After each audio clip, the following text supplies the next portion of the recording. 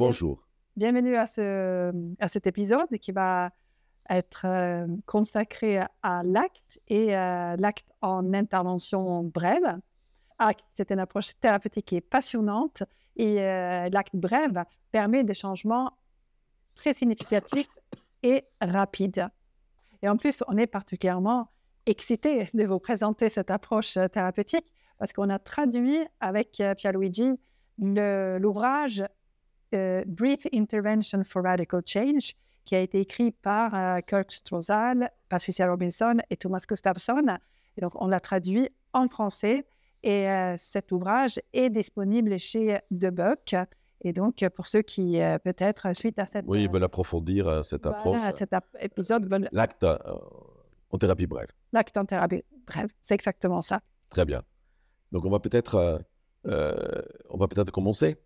Alors, préparez-vous à découvrir une manière différente d'aborder la souffrance humaine et comment faire des thérapies brèves, des interventions brèves pour produire des changements durables. Allez, c'est parti. Très bien, Linda.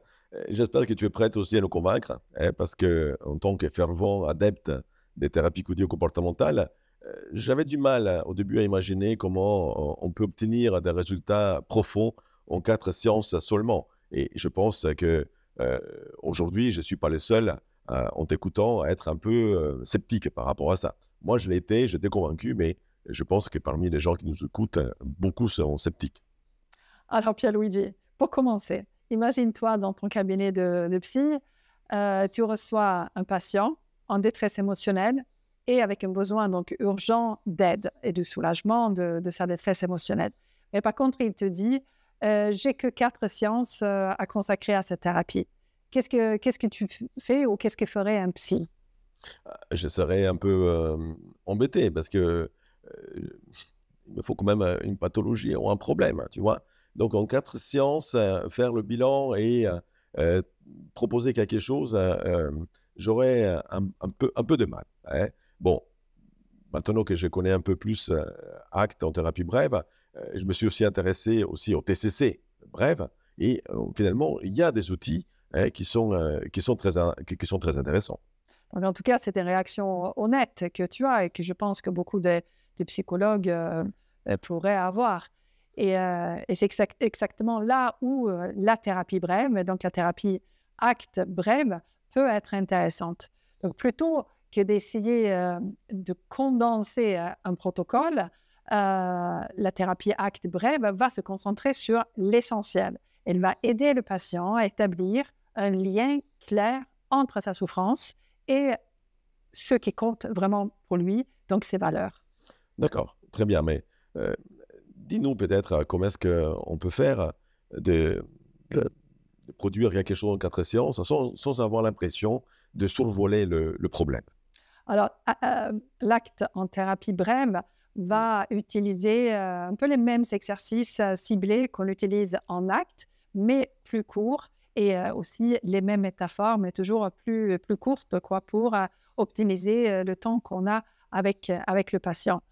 On va vouloir aider le patient à changer très rapidement sa relation avec ses pensées et ses émotions douloureuses.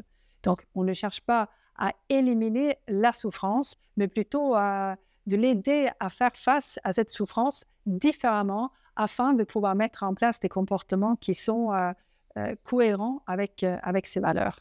Oui, ça rappelle donc les exercices de TCC basés sur l'exposition. Tu sais, confronter les patients à leur peur pour leur montrer qu'ils peuvent tolérer leur anxiété. Oui, c'est vrai qu'en acte, on utilise aussi beaucoup l'exposition, mais qui va du coup être dirigée vers les valeurs. Par exemple, au lieu de dire comment on peut faire pour réduire ou contrôler cette peur, on va peut-être plutôt dire comment est-ce qu'on peut faire pour porter cette peur avec nous alors qu'on avance vers une vie qui a du sens pour nous. Très bien. Mais en tout cas, soyons honnêtes, beaucoup de thérapeutes pensent que les thérapies brèves sont superficielles. Déjà, quand je suis passé au TCC, ayant euh, grandi dans un milieu analytique, déjà, les thérapies en 30 séances, c'était considéré comme superficiel. Là, on passe à 4, 5, 6 séances. Euh, on pourrait dire que c'est un peu du fast-food thérapeutique, non? Qu'est-ce que tu en penses? Ouais, le mythe du fast-food thérapeutique, Oh, c'est une c'est belle ça avec métaphore, non, le ouais, le Big fast-food Mac. thérapeutique. C'est vrai que c'est une critique qui est fréquente, qu'on entend souvent cette critique de la part des professionnels de la santé mentale, hein. Oui, ce sont des croyances finalement, hein, parce que je pense que les recherches montrent autre chose. Exactement. Donc, les recherches nous montrent qu'en fait, c'est tout à fait possible d'avoir des améliorations très rapides dès les premières séances.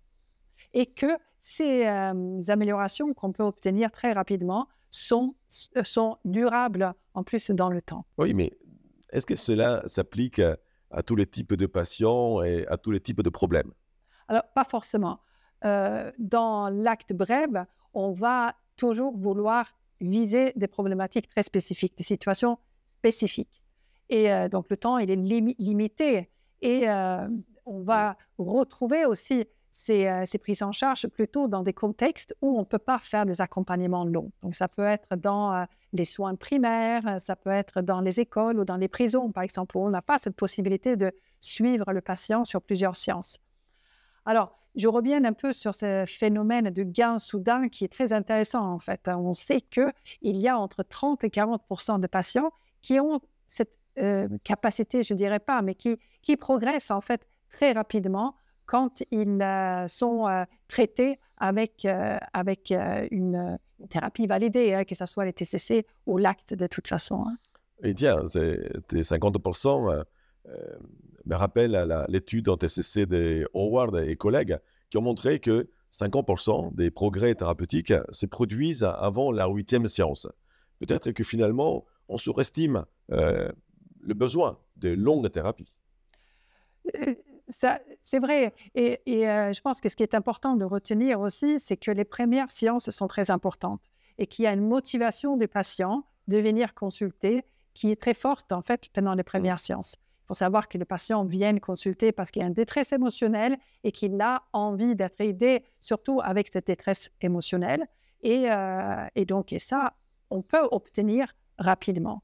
Donc, on pourrait même se questionner sur le fait que peut-être une thérapie longue, c'est une thérapie qui ne marche pas. C'est pour ça qu'elle est longue.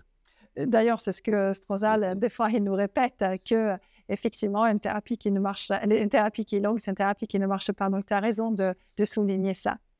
Très bien. Donc, je pense aussi qu'il y a une hypothèse, il y a un postulat sous-jacent, non, de cette thérapie brève. Oui, ACT repose sur une hypothèse clé, c'est que même une petite ouverture peut conduire à des changements significatifs. Et c'est à nous, en tant que thérapeute, de trouver cette ouverture et d'impulser un comportement qui peut, on va dire, radicalement changer la vie du patient. Ce que tu dis rappelle aussi un principe en TCC, hein, que le changement n'est pas linéaire, hein. Et parfois, un patient peut faire un bond énorme en quelques séances, et d'autres fois, les progrès est un peu plus lents, hein. Parfois, il peut suffire d'une séance pour qu'un patient voit les choses sous un autre angle totalement nouveau, et donc il arrive à mettre en place un comportement qui change radicalement sa vie. Alors, j'ai ton temps, hein, mais je ne comprends pas alors qu'est-ce qui peut freiner les thérapeutes à adopter ces approches? Alors, il y a plusieurs choses. Tout d'abord, il y a des thérapeutes qui vont avoir peur que cette thérapie brève manque de profondeur. Oui. Donc, il y a beaucoup de cliniciens qui répètent que plus une thérapie est longue, plus elle est efficace. Et on a vu que parfois, c'est le contraire. Passons maintenant à notre sujet, parce que c'est bien beau de parler de tout ça, mais quelles sont les preuves, hein? En TCC, on aime avoir des protocoles validés par des méta-analyses. Est-ce que l'acte brève a aussi ce niveau de validation? Alors, j'aime beaucoup ta question parce que ça me permet de dire aussi que on est en train de travailler sur une revue systématique qui, en ce moment, est en révision et qui sera certainement très prochainement publiée. Oui. Oui. Et donc, on a évalué les thérapies brèves et on trouve de l'efficacité dans la majorité des études. Donc, dans ces études, on a utilisé des interventions actes brèves. Après, acte, aujourd'hui, il n'y a pas de doute là-dessus que ACT est une approche validée. Il y a Gloucester qui a fait une revue de méta-analyse en 2020 et il montre bien que ACT est efficace, tout aussi efficace d'ailleurs que les TCC pour traiter les troubles anxieux, troubles dépressifs, les douleurs chroniques. Très bien. C'est intéressant. Maintenant, j'aimerais qu'on évoque une autre question importante à laquelle nous tentons de répondre avec l'acte. Comment est-ce que ça se fait qu'il y a des gens, des individus intelligents, bienveillants, sensés, tout ce que tu veux, s'enferment dans des comportements qui nuisent à leur vie, qui ont des conséquences négatives? Donc, on peut penser aux addictions, aux stratégies d'évitement. Il y a tellement de comportements qui amènent des conséquences négatives à long terme. Est-ce que on explore un petit peu cette énigme? Oui, mais je dois avouer que parfois, je me pose la même question pour moi-même, hein. Pourquoi je m'obstine à finir la bouteille de Prosecco une fois que je l'ai ouverte? Ça, c'est une bonne question, Pierluigi. Mais Je la termine avec toi en général. Donc, on va garder les questions de bouteille de Prosecco pour plus tard. Alors, ce qui nous intéresse ici, ce sont en fait donc, ces comportements qui vont avoir des conséquences négatives et qui, avec le temps, deviennent rigides, qui deviennent automatiques.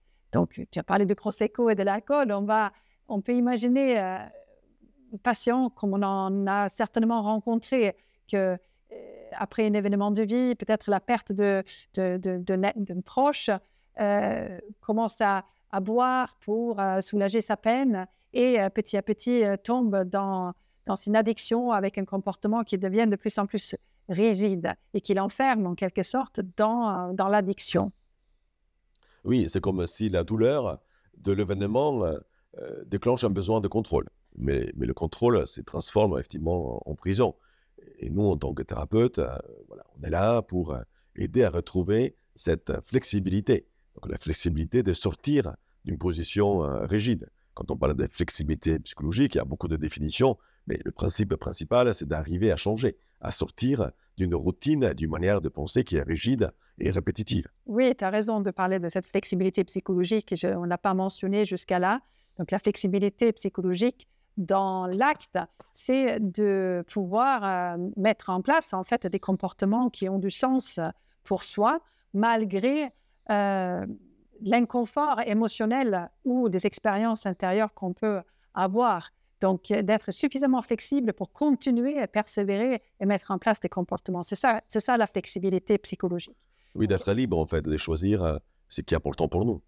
Donc, en quelque sorte, on peut dire que quand la vie devient dure, c'est là où ça devient d'autant plus important de rester souple. Et c'est là où ça devient, en fait, où on peut avoir tendance à perdre la flexibilité et tomber dans une rigidité et développer un trouble mental. Je vais te parler d'un autre postulat que je trouve intéressant, c'est la souffrance humaine.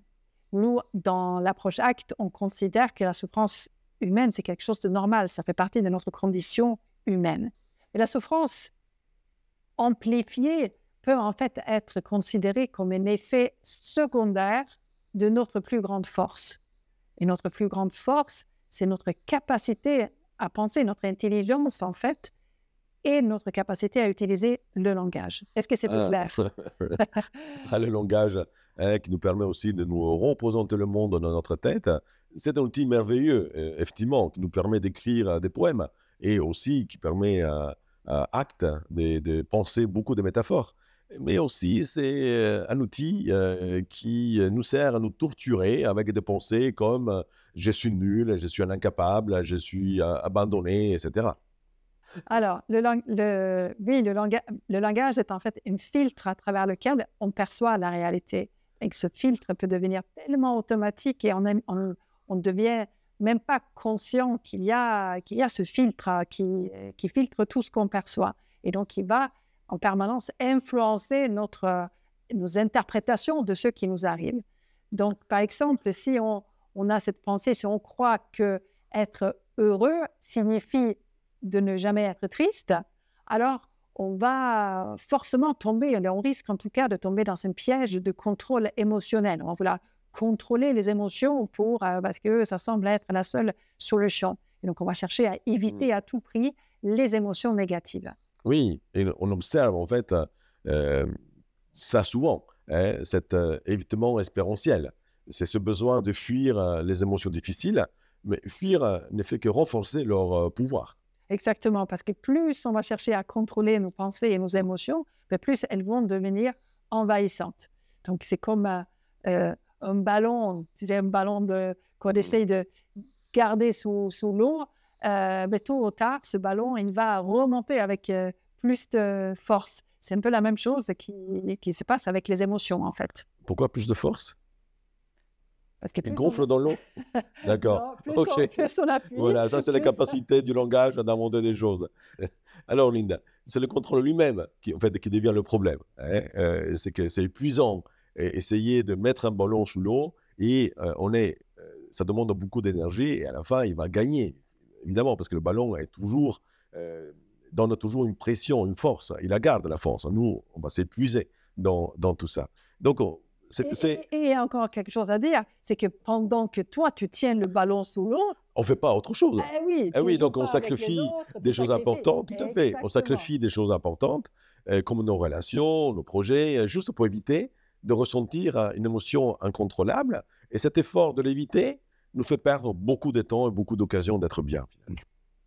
Donc, ACT propose quelque chose qui est assez radical, c'est d'arrêter de lutter contre ces émotions. Oui, quand ce n'est pas nécessaire, évidemment. Et ce n'est jamais nécessaire.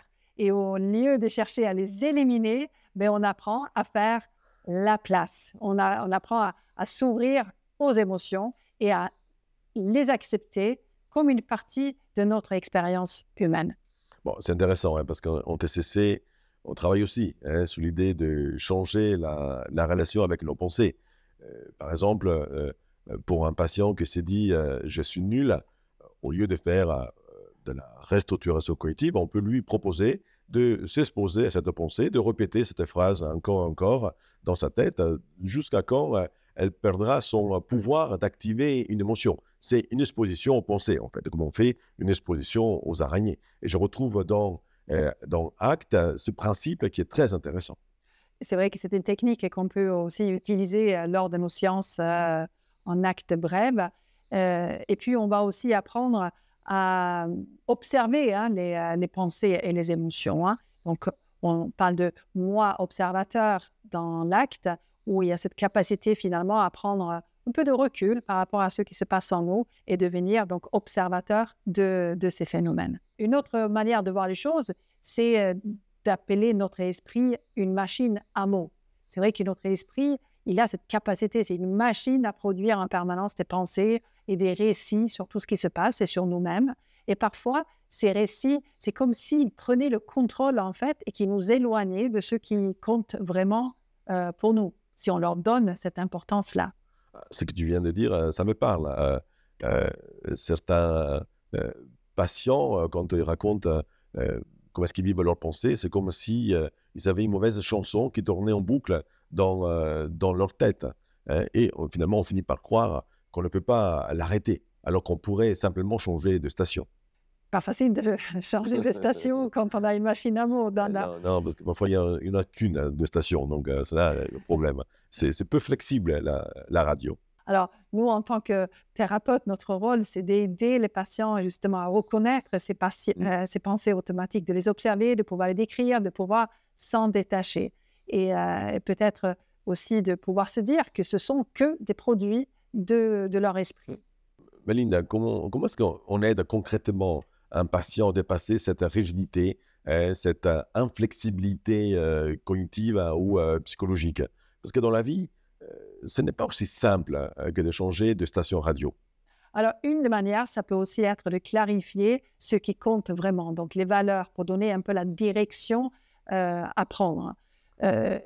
C'est-à-dire de réfléchir à ce qui est important pour soi et de mettre en place des comportements qui vont dans ce sens-là. Finalement, ça peut être très motivant, ça peut aider, du coup, à affronter les émotions et les pensées difficiles si on sait vers où on va. Donc, on parle d'aligner ses actions avec ses valeurs, c'est ça? C'est exactement ça. Donc, ce n'est pas de supprimer la peur, de supprimer les émotions, mais c'est apprendre à avancer avec elles. Donc, si un patient valorise les relations sociales, mais évite de parler en public par peur du jugement, on l'encourage à se connecter aux autres malgré l'inconfort.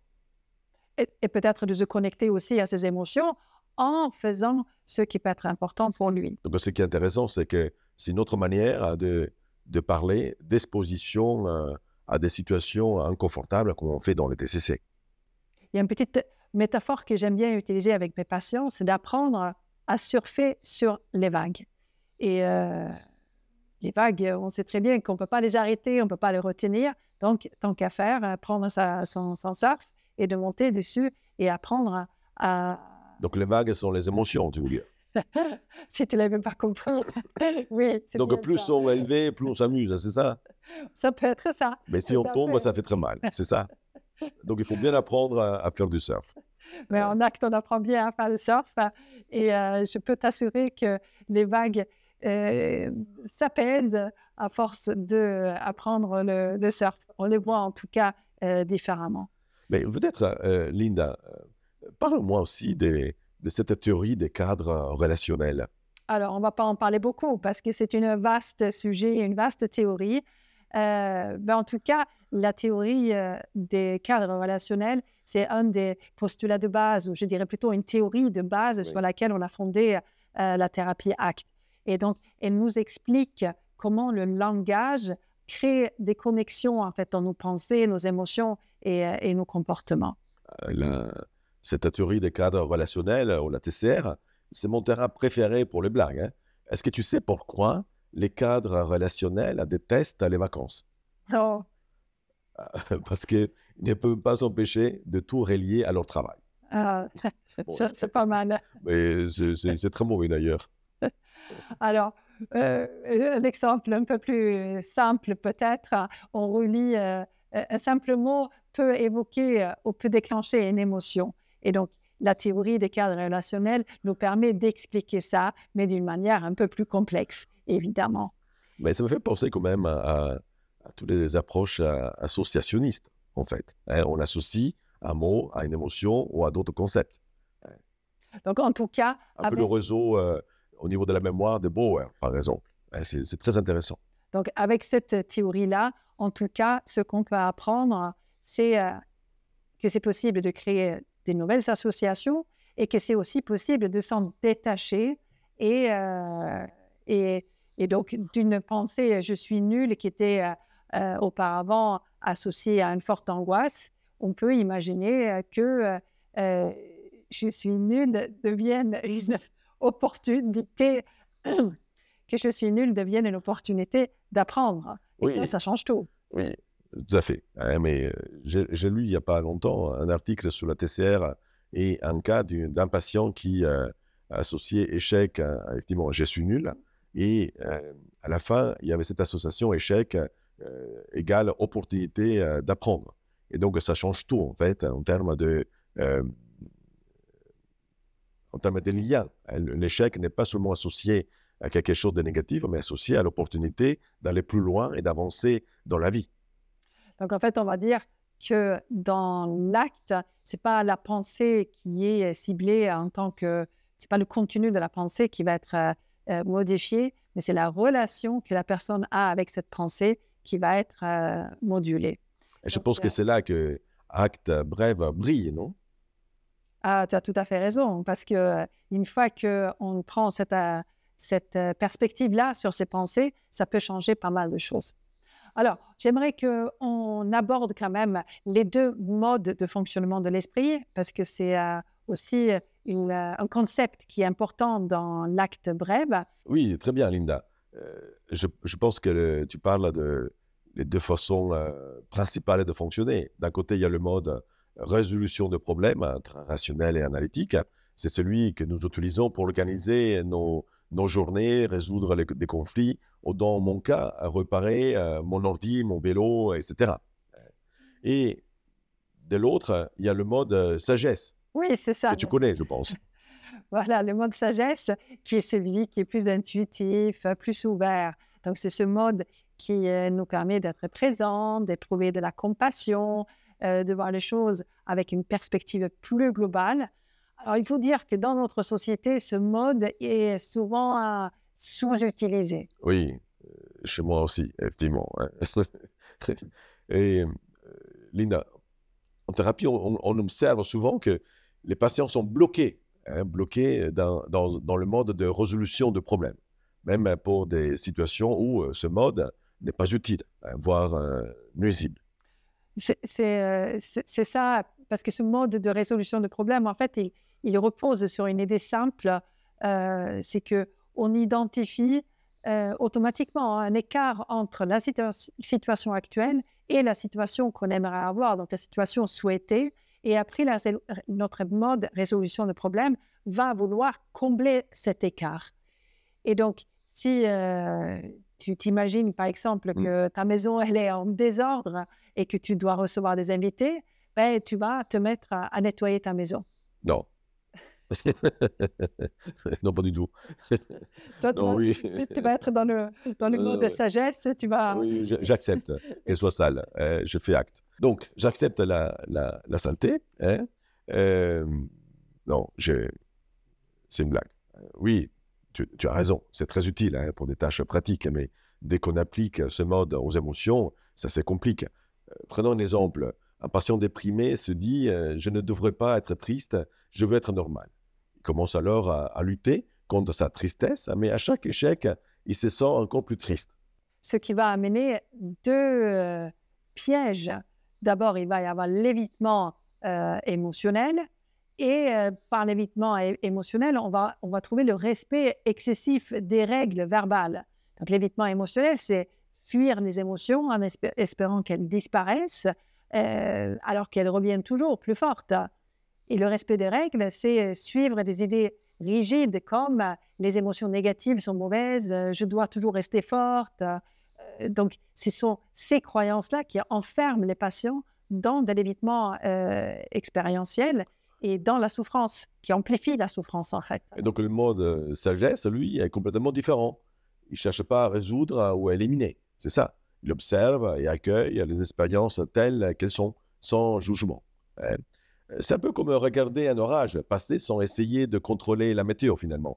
Par exemple, en pleine crise d'angoisse, un patient pourrait dire je sens mon cœur battre fort, je peur, mais je vais rester avec ces sensations un moment. J'accepte. Ce mode sagesse nous aide à voir que nos émotions, même les plus désagréables, ben, ce sont des expériences temporaires et surtout, elles ne sont pas dangereuses. Elles ne définissent pas. Et c'est en les acceptant qu'en fait, elles s'autorégulent, elles s'apaisent souvent d'elles-mêmes. Donc, bien sûr, le but n'est pas de rejeter l'autre mode, le mode de résolution de problèmes. Ce mode-là, il est indispensable aussi dans beaucoup de situations dans nos vies. Mais il faut chercher un équilibre entre les deux modes. Absolument. Et Acte Brève aide, et Acte ou le TCC aussi, évidemment, aide le patient à cultiver cette capacité d'alternance. Par exemple, un patient peut apprendre à résoudre des problèmes pratiques tout en utilisant son esprit sage. Même si au TCC, on ne parle pas vraiment d'esprit sage. Acte est très caractérisé par des métaphores comme celle-ci, hein, voilà, pour gérer ses émotions avec ouverture. Et pour revenir un peu sur la flexibilité psychologique, qui est un concept aussi fondamental dans l'acte, on peut dire que la flexibilité psychologique est un équilibre, en fait, qui repose sur 3 piliers. On va avoir le pilier de la conscience. Donc, dans la conscience, on va trouver d'être présent dans l'instant, ici et maintenant. On a l'ouverture qui est accepter donc ces émotions et aussi pouvoir se détacher de ces expériences intérieures. Et puis, on a l'engagement donc de pouvoir agir en accord avec ses valeurs, même face à l'inconfort. Alors, Linda, dis-nous, qu'est-ce que tu en penses? Pourquoi notre cerveau semble-t-il créer autant de souffrances? Oui, c'est une bonne question. Et en fait, notre cerveau, c'est une machine incroyable. Il nous a amenés à devenir les maîtres du monde. Mais il y a aussi quelques effets secondaires. En évoluant, il est devenu très puissant. Et aujourd'hui, il brouille un peu les pistes en fait, entre réalité objective et subjectif, ou réalité pensée. Donc, ça génère évidemment des angoisses. Ça fait qu'on est capable de nous comparer avec les autres et nous voir plus inadéquates que les autres. Et donc, une lutte incessante aussi pour contrôler nos états intérieurs. Oui, et c'est comme si nous étions devenus en fait esclaves de notre propre intelligence. Mais l'acte propose des outils pour créer une distance avec notre cerveau, pour ne plus être prisonnier de ses dictats. Oui, c'est ça. Donc, on arrive là à la fin de cet épisode où on a exploré ensemble quelques principes et applications de l'acte brève. Donc, si vous êtes curieux et que vous voulez découvrir plus, donc il y a le livre, donc l'ouvrage qu'on vient de traduire. On vous donne les détails dans la description. Et puis, il y a aussi une formation qui va sortir sur Psylink Formation pour apprendre à mettre en place ces interventions brèves sur la base de la thérapie d'acceptation et d'engagement. Bah, très bien, donc on est arrivé à la fin. Et on vous remercie pour votre écoute. Je vous remercie